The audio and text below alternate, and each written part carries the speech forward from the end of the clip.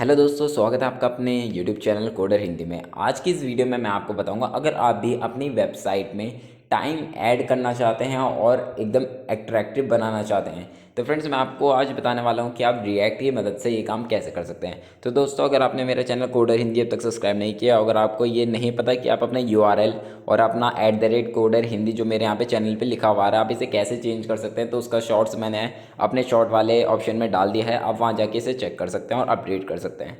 इसकी मदद से आप अपना यूआरएल भी चेंज कर सकते हैं फ्रेंड्स। तो अगर आपने अभी तक मेरे चैनल कोडर हिंदी को सब्सक्राइब नहीं किया, तो फ्रेंड्स आप जल्दी से जल्दी सब्सक्राइब कर दीजिए और वक्त को ज़ाया ना करते हुए वीडियो को स्टार्ट करते हैं। तो जैसे कि आप देख सकते हैं, मैं एक फ़ोल्डर क्रिएट कर चुका हूँ रिएक्ट प्रोजेक्ट सीरीज़ के नाम से। तो अब मैं इसे अपने वीएस कोड में ओपन कर लेता हूँ फ्रेंड्स। तो जैसे कि ओपन विद वीएस कोड मैंने जैसे यहाँ पे क्लिक करा, तो आप देख सकते हैं कुछ इस तरीके का मेरा वीएस कोड ओपन हो रहा है। और अगर आपने अभी तक मेरा फ्रेंड्स प्रीवियस वीडियो नहीं देखा कि आप रिएक्ट का काउंटर एप्लीकेशन कैसे क्रिएट कर सकते हैं, तो आप उसे जल्दी देखिए। बहुत सिंपल तरीके से मैंने आपको उसमें एक्सप्लेन किया है। तो आप देख सकते हैं गेट स्टार्टेड को मैं क्रॉस कर देता हूँ और आपको यहाँ पे कोई फाइल क्रिएट नहीं करनी फ्रेंड्स। आपको सीधा टर्मिनल ओपन कर लेना है फ्रेंड्स। जैसे कि आप ऊपर से भी कर सकते हैं, नहीं तो आप कंट्रोल शिफ्ट और बैक टिक से भी कर सकते हैं। तो यहाँ पे कुछ इस तरीके का इंटरफेस आ रखा है। तो आपको सबसे पहली कमांड मैं बताऊँगा फ्रेंड्स, वो है CLS से होता है क्या है, हमारी स्क्रीन क्लियर हो जाता है, जो हमारा टर्मिनल है वो पूरा क्लियर हो जाता है। तो अब मैं यहाँ पे NPX क्रिएट रिएक्ट ऐप, जो कि हमारी कमांड होती है। अगर आपको रिएक्ट की बेसिक सी भी नॉलेज है, तो फ्रेंड्स आपको पता होगा कि ये कमांड देने पड़ती है। उसके बाद आपको अपनी एप्लीकेशन का नाम देना होता है, जैसे कि मैं यहाँ पे डिजिटल, यहाँ पे हाइफन क्लॉक, और मैं सीधा एंटर रेट करता हूँ।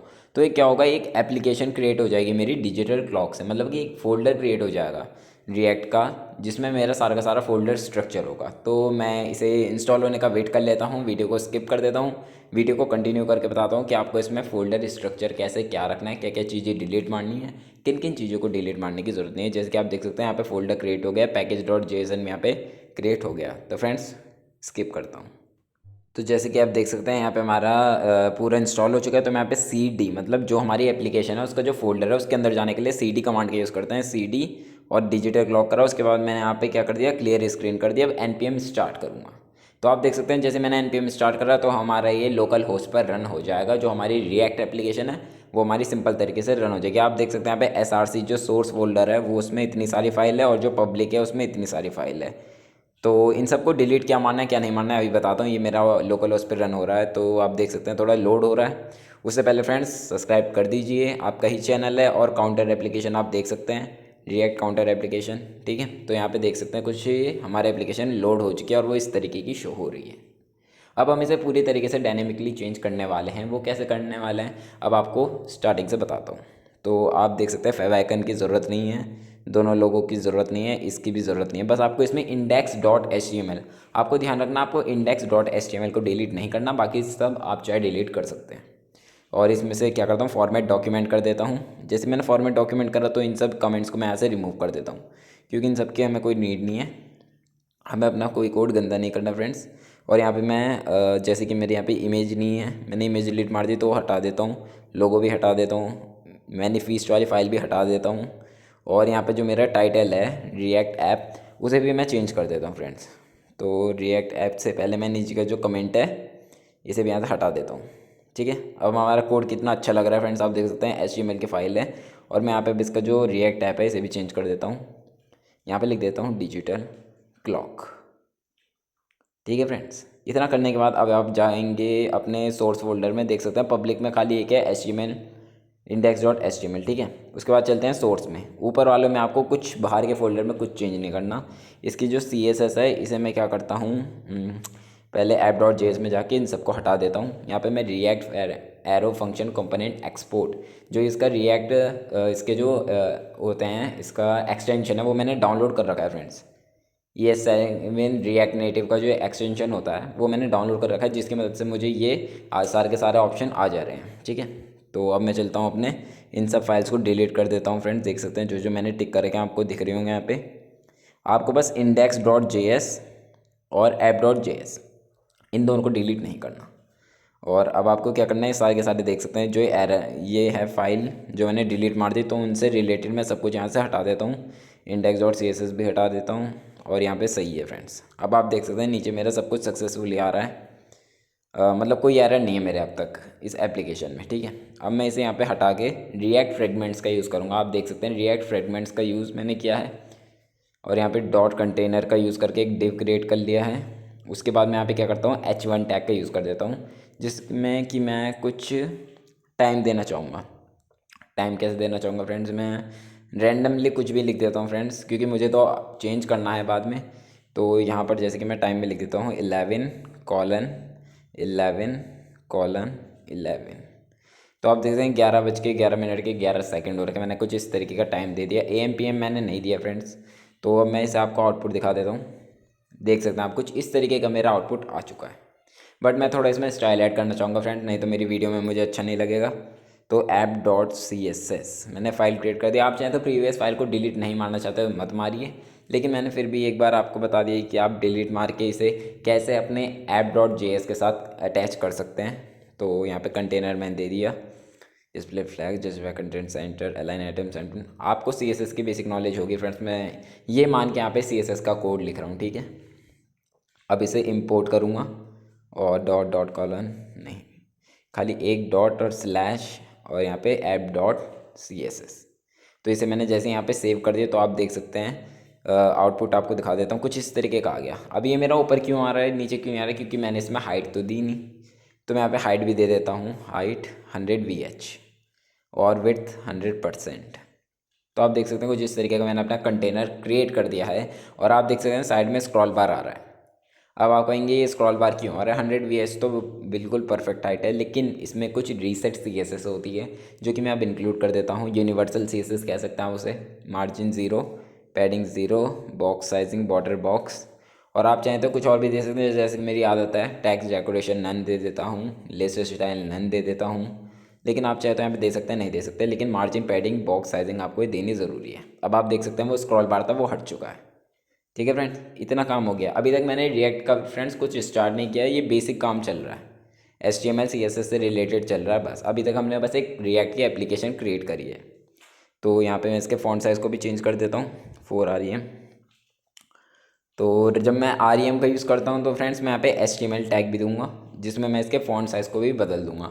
फ़ॉन्ट साइज़ लिखूँगा 62.5%। ये क्या करेगा, हमारे 1 REM को 10 पिक्सल के इक्वल कर देगा, ठीक है फ्रेंड। अगर मैं 5 REM लिखता हूँ तो 50 पिक्सल, 4 REM लिखता हूँ तो 40 पिक्सल। तो आप देख सकते हैं कुछ ज़्यादा ही छोटा है अभी भी। तो मैं इसे बढ़ा देता हूँ थोड़ा सा और, या एक बार चेक करता हूँ रिस्पॉन्सिव के लिए परफेक्ट वर्क कर रहा है कि नहीं। तो इंस्पेक्ट पे जाता हूँ, यहाँ पे 320 पिक्सल के लिए थोड़ा सा और बढ़ा देता हूँ फ्रेंड्स मैं। तो यहाँ पे जाता हूँ, इसे मैं 5 से हटा के 8 कर देता हूँ। अब देखता हूँ या फ्रेंड्स अब सही लग रहा है मुझे अपना, ये बड़े पर भी सही है छोटे पर भी सही है, ठीक है फ्रेंड्स। तो अब मुझे क्या करना है, यहाँ पे एक आपको पता होगा जावास्क्रिप्ट में हमारे पास क्या होता है, एक डेट होती है, ठीक है। पहले मैं ये जो बेकार की फाइलें हैं जिनके साथ अब हमारा कोई काम नहीं है इन्हें बंद कर देता हूँ ताकि आप कंफ्यूज ना हो। तो यहाँ पे आता हूँ अब ऐप के नीचे। ऐप एक फंक्शनल कंपोनेंट है, उसके नीचे आपको अपनी सारी जावास्क्रिप्ट लिखनी है, ठीक है फ्रेंड्स। तो लेस यहाँ पे मैंने टाइम एक वेरिएबल क्रिएट करा इक्वल न्यू। हम न्यू कीवर्ड का भी यूज़ कर सकते हैं, न्यू कीवर्ड भी एक जावास्क्रिप्ट में होता है, ठीक है। तो यहाँ पे डेट लिख दिया और एक फंक्शन होता है फ्रेंड्स, डेट क्या है, एक फंक्शन है। तो मेथड कह सकते हो आप इसे, फंक्शन कह सकते हो, कुछ भी कह सकते हो। डॉट, जब हम इसे डेट करते हैं तो इसमें बहुत सारे में ऑप्शन मिल जाते हैं, आप देख सकते हैं टू, ये सारे के सारे। तो मैं इसमें टू लोकल टाइम स्ट्रिंग, क्योंकि हम टाइम की बात कर रहे हैं फ्रेंड्स, अगर हम डेट की बात कर रहे तो डेट का यूज़ कर लेते हैं। तो इस मेथड को भी मैं यहाँ पे लगा देता हूँ और यहाँ पे पैरेंथेसिस लगा के हमें कुछ नहीं करना, बस इतना हो गया। अब जो मैंने यहाँ पे 11 लिखा था ना, यहाँ पे मैं टाइम दे दूंगा कर्ली ब्रेसेस के अंदर। तो मतलब जो हमने वेरिएबल डिफाइन किया था वो यहाँ पे आ चुका है, देख सकते हैं आप, कुछ इस तरीके का शो हो रहा है। और ये मेरा करेंट टाइम है, आप देख सकते हो मेरे लैपटॉप में, जूम करके देख सकते हो चाहे तो आप, यहाँ पे 2:32 ही हो रहा है, ठीक है। ओके, अब यहाँ पर आने के बाद अब मैं क्या करता हूँ, यहाँ पे सिंपल सा एक वेरिएबल क्रिएट कर लिया है कॉन्स्ट। यहाँ पे हुक्स का यूज़ करूँगा। हुक्स का यूज़ कैसे करेंगे हम, हुक्स का यूज़ करेंगे current time, CURR current time लिख देता हूँ फ्रेंड्स मैं यहाँ पे टाइम। तो मैं यहाँ पे कैमल केस का यूज़ कर रहा हूँ, आप देख रहे हो। और कुछ लोग कहते हैं यहाँ पे सेट का यूज़ करते हैं, तो मैं यहाँ पे सेट का यूज़ ना करते हुए मैं आपको बताऊंगा कि इसमें कोई ज़रूरी नहीं है कि आप सेट लिखें, बस आपको पास्कल उसमें कोई सा भी कन्वर्जन लिख दें। आप वैसे कुछ भी दे सकते हो, लेकिन एक तरीका होता है कि आपको पास्कल में लिखें, ठीक है। तो यहाँ पे update time equal to use state है। यूज़ स्टेट मेरा देख सकते हैं, जैसे मैंने यहाँ पे लिखा वो रिएक्ट में एकदम ऑटोमेटिक टॉप में इम्पोर्ट हो गया, ठीक है। तो यहाँ पे मैं ब्लैंक छोड़ रखा है, तो ब्लैंक के अंदर मैं लिख देता हूँ यहाँ पे कर टाइम, करेंट टाइम जो मैंने यहाँ पे लिखा। और आप देख सकते हैं दोनों के दोनों में एक ही तरीके का एरर आ रहा है। नहीं, यहाँ पे आ रहा है अपडेट टाइम इज असाइंड कर time was use before. Okay okay, तो मैं यहाँ पे जो है मैं कर टाइम है आप लिख दिया, और आप देख सकते हैं यहाँ पे 2 की जगह 3 वार्निंग आ चुकी है मुझे। तो मैंने मिस्टेक कहाँ करी फ्रेंड्स, एक बार मैं चेक कर लेता हूँ अपना कोड। ओके ओके, जो हमारा लेट टाइम था फिर तो ये डिफाइन ही नहीं हुआ फ्रेंड्स, तो हमें क्या करना पड़ेगा, यहाँ पे टाइम अभी रहने देता हूँ। तो यहाँ पे जो यूज़ स्टेट है ना, यहाँ पे मैं टाइम डालता हूँ, ठीक है। जब मैंने यहाँ पर टाइम दे दिया, और जो हमारी यूज़ स्टेट है इसकी जो वैल्यू है, ये हमारी यूज़ स्टेट जो इनिशियल वैल्यू है ना टाइम, उसके इक्वल हो गया। मतलब जो हमारा कर टाइम था, वो जो कर टाइम है उसकी इनिशियल वैल्यू क्या हो गई, टाइम। और आप देख सकते हैं कुछ इस तरीके का मेरे को यहाँ पे आउटपुट आ रहा है, ठीक है। अब मुझे क्या करना है, जो कर टाइम है उसे डिफ़ाइन करना पड़ेगा, मतलब दोनों के दोनों का हमें यूज़ करना होता है। तो करेंट वैल्यू को मेरी क्या है, तो मैं यहाँ पे टाइम की जगह पे कर टाइम लिख देता हूँ, जो कि मैंने H1 में लिखी है। तो आपको इसका लॉजिक बता दूं, जो हमारा वेरिएबल है सबसे ऊपर हमने क्रिएट करा है, उसकी जो वैल्यू है हमने यूज स्टेट में इनिशियल वैल्यू दे दी। अब जो इनिशियल वैल्यू कर टाइम की है वो हमने H1 टैग में दे दी। और आपको अगर मैं आउटपुट दिखाऊं तो दोनों का सेम ही आएगा, कुछ चेंज नहीं होएगा, ठीक है फ्रेंड्स। तो आप देख सकते हैं जो ये मेरी टाइम थी वो मैंने यूज स्टेट में इनिशियल वैल्यू डाल दी। अब जो कर टाइम होता है, मतलब करेंट टाइम है, उसकी इनिशियल वैल्यू हो गई टाइम। और जो करेंट टाइम है वो मुझे शो करवाना है, तो क्या करवाऊंगा शो, H1 में जाके शो करवा दिया, क्लियर। और आप देख सकते हैं 23440। अब मुझे क्या करना है, इसे रैंडमली अपडेट करना है, इस टाइम को पर सेकंड में अपडेट करना है। उसके लिए क्या करना पड़ेगा, तो यहाँ पे लिखता हूँ कॉन्स्ट, यहाँ पे लिखता हूँ अपडेट टाइम। तो यहाँ पे लिख देता हूँ, मैंने अपडेट टाइम तो पहले ही लिख रखा है, कोई नहीं, यहाँ पे लिखता हूँ पहले अपडेट टाइम, अपडेट टाइम। और देख सकते हैं आप, मैंने ऊपर सेट जहाँ पे हम लिखते हैं कॉन्स के हुक्स में, उसमें भी टाइम को गलत लिखा हुआ है। Update time equal fat arrow function का यूज़ करूँगा फ्रेंड्स मैं यहाँ पे, फैट एरो फंक्शन और कर्ली ब्रेसेस। फिर उसके बाद मैं क्या करूँगा, यहाँ पे वो ऊपर वाली जो लाइन है ना, ये इसे सीधा कॉपी कर दूँगा, क्योंकि यहाँ पे हम टाइम को ही अपडेट करेंगे फ्रेंड्स, जो हमने पहले डिफाइन किया उसी को अपडेट करना है। तो यहाँ पे मैंने इसी लाइन को कॉपी किया। उसके बाद अब मुझे क्या करना है, यहाँ पे अपडेट टाइम लाना है। तो मैं यहाँ पे ऊपर वाले को चेंज कर दिया, क्योंकि फ्रेंड दोनों सेम नहीं हो सकते। तो यहाँ पे जो हुक्स का ये कर अपडेट वाला चीज़ रहती है उसे मैंने चेंज कर दिया, और यहाँ पे आया अपडेट करेंट टाइम, क्योंकि मैंने एक फ़ंक्शन भी क्रिएट कर दिया और मेरा हुक्स में जो सेट होता है वो भी उसमें एक साथ है। तो एक गलत हो जाएगा ना, दोनों को अलग अलग नाम देना होगा, तो मैंने दोनों को चेंज कर दिया। इसके अंदर मैंने टाइम डिफाइन कर दिया कि जब वो अपडेट हो जाएगा, अपडेट होने के बाद जो टाइम है वो होगा। अब हम इसे कॉल भी करना होगा, क्योंकि जब हमारा अपडेट टाइम है इसे कॉल करना होगा, तो कॉल कैसे करेंगे, सेट इंटरवल, जो कि जावास्क्रिप्ट में एक इंक्लूडेड है। तो यहाँ पे मैंने सेट इंटरवल के अंदर लिख दिया करेंट अपडेट टाइम। तो आप देख सकते हैं सब कुछ हमारा सक्सेसफुल आ रहा है बिना किसी एरर के। अब हम जाते हैं आउटपुट को देखते हैं। तो आउटपुट जैसे मैं यहाँ पे करता हूँ, तो आप देख सकते हो 15, 16, 17, 18, आप देख सकते हैं हमारा टाइम पूरा का पूरा कन्फर्म है। और आप देख सकते हैं यहाँ पे इंक्लूड हो चुका है AM PM ऑटोमेटिकली। तो मैंने प्रीवियस उसमें यहाँ पे ध्यान नहीं दिया था, लेकिन आप देख सकते हैं यहाँ पे ऑटोमेटिक अपडेट हो चुका है। आप चाहें तो आप इसे कितने भी सेकंड के लिए कर सकते हैं, 5 सेकंड के लिए, लेकिन रैंडमली होता है ये, वर्क करता है I think 1 second and 2 second के लिए, ठीक है। तो मैं यहाँ पे क्या करता हूँ, यहाँ पे दे देता हूँ 1 सेकंड, जो कि इसमें इसका सेट है, डिफ़ॉल्ट टाइम है कि 1 सेकंड बाद अपने आप अपडेट होएगा। लेकिन हम फिर भी यहाँ पे 1 सेकंड, क्योंकि जब हम टाइम इंटरवल की बात कर रहे हैं तो हम यहाँ पे 1000 लिख ही देते हैं, ठीक है फ्रेंड्स। तो यहाँ पे हम 1000 लिख देते हैं। तो यहाँ पर ये सब होने के बाद फ्रेंड्स मेरे को ये गया यहाँ पे जो हमारा ये है H1, उसे मैं कलर दे देता हूँ रेड। अब आपको सिंपल सा एक आउटपुट दिखा देता हूँ, आप कहेंगे कितना अच्छा लग रहा है। तो उससे पहले मैं आपको एक्सप्लेन कर दूँ, आपने कुछ नहीं करा। आपने क्या करा कि रिएक्टिव फंक्शनल कंपोनेंट को एक यूज़ कर रखा है, उसके अंदर आपने एक लेट, जो हमारा जावास्क्रिप्ट में डेट का मेथड होता है, आपने उसे कॉल किया, उसमें टू लोकल टाइम स्ट्रिंग को आपने यूज़ कर रखा है, और आपने कुछ नहीं करा, ठीक है। उसके बाद आपने क्या करा, इस रिएक्ट वाले जहाँ से आपका हुक्स है इसे हटा दीजिए, ठीक है। आप चाहें तो इस पूरे यहाँ से हुक्स को हटा दीजिए, तो आपको यहाँ पे क्या मिलेगा, रिटर्न, जो कि आपका फंक्शनल कंपोनेंट में यूज़ होता है। आपने HTML यूज़ करी है, सीधी सादी, आपने कुछ नहीं कर रखा, ठीक है। H1 के अंदर आपने अपना टाइम दिया था, उसके बाद आपने यहाँ पे पूरा इसे बंद कर दिया डिव को, और आपने कुछ नहीं करा फ्रेंड्स, इतना आपने बस यहाँ पे टाइम दे दिया था जो आपने जावास्क्रिप्ट का टाइम यूज़ करा था। तो हमने क्या करा इसमें, बस हमने एक यूज़ स्टेट का यूज़ करा, जो कि एक रिएक्ट हुक है, बहुत कॉमनली यूज़ होने वाले यूज़ स्टेट है, जिसे हमने इंपोर्ट किया। इंपोर्ट करने के बाद उसकी इनिशियल वैल्यू दे दी जो जावास्क्रिप्ट के टाइम वेरिएबल्स हमने ली थी। उसके बाद जो करंट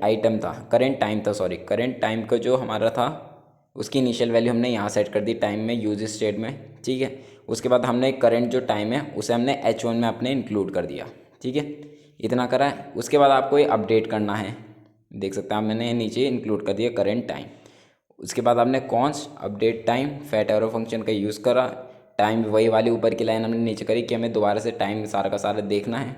उसके बाद अब अपडेट करंट टाइम में हमने एक और टाइम को डिफाइन कर दिया कि हमारी जो अपडेट वैल्यू होगी वो टाइम के बाद अपडेट होगी, ठीक है। इतना हमने करने के बाद हमने सेट इंटरवल लगा दिया, क्योंकि हमें इस फंक्शन जो हमने क्रिएट किया इसे कॉल भी करना है। इसे कॉल करने के लिए हमने क्या करा, सेट इंटरवल के हमने अंडर अपडेट टाइम लिखा, उसके बाद हमने 1 सेकंड का गैप दिया इनमें, और आपके सामने कुछ इस तरीके का आउटपुट रेडी हो गया। तो एक बार मैं इसे रिस्पॉन्सिव में भी चेक कर लेता हूँ फ्रेंड्स कि रिस्पॉन्सिव में पूरा रिस्पॉन्सिव है कि नहीं, ठीक है। तो मैं इसे जाता हूँ इंस्पेक्ट पर जाता हूँ। इंस्पेक्ट पर जाने के बाद आप क्या देखते हैं 320 पे, तो आप देख सकते हैं यहाँ पे पूरा एकदम परफेक्ट है, लेकिन इसका PM जो आ चुका है वो नीचे आ चुका है। तो इसके लिए मैं क्या करता हूँ, app.css में जा करके H1 में जाके टेक्स्ट अलाइन सेंटर कर देता हूँ।